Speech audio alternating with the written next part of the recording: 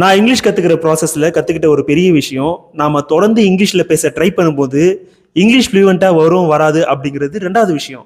But நமக்கு English சுத்தமா வராது அப்படிங்கிறது நமக்கே மறந்து போயிடும்.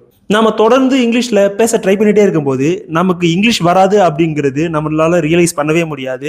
நமக்கு தெரிஞ்ச சின்ன சின்ன வார்த்தைகள் சென்டென்ஸை வச்சு நாம சொல்ல வேண்டிய விஷயத்தை கன்வே பண்ண ட்ரை பண்ணுவோம். எக்ஸாம்பிளுக்கு என் ஸ்டோரியே சொல்றேனே, எனக்கு ஸ்டார்டிங்லலாம் இங்கிலீஷ் சுத்தமா வராது. பட் நான் சூஸ் பண்ண ஃபீல்டு ஐடி.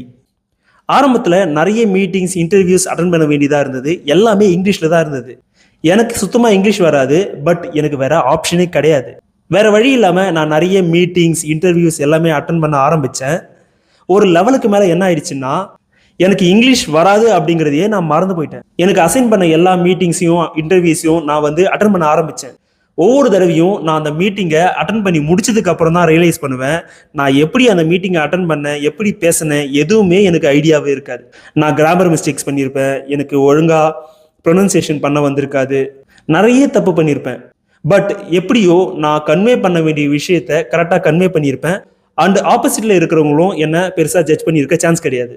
இப்போவும் கூட எனக்கு இங்கிலீஷ் ஒழுங்காக பேச வராது. அதுக்காக எனக்கு ஏதாச்சும் இங்கிலீஷ் பேச வேண்டிய சுச்சுவேஷன் வந்தால் அதை நான் அவாய்ட் பண்ணுறதும் கிடையாது.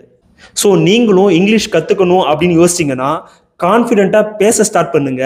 ஒரு லெவலுக்கு மேலே உங்களுக்கே இங்கிலீஷ் தெரியாது அப்படிங்கிறது மறந்து போயிடும். ஈஸியாகவும் நீங்கள் இங்கிலீஷை டெவலப் பண்ணிப்பீங்க.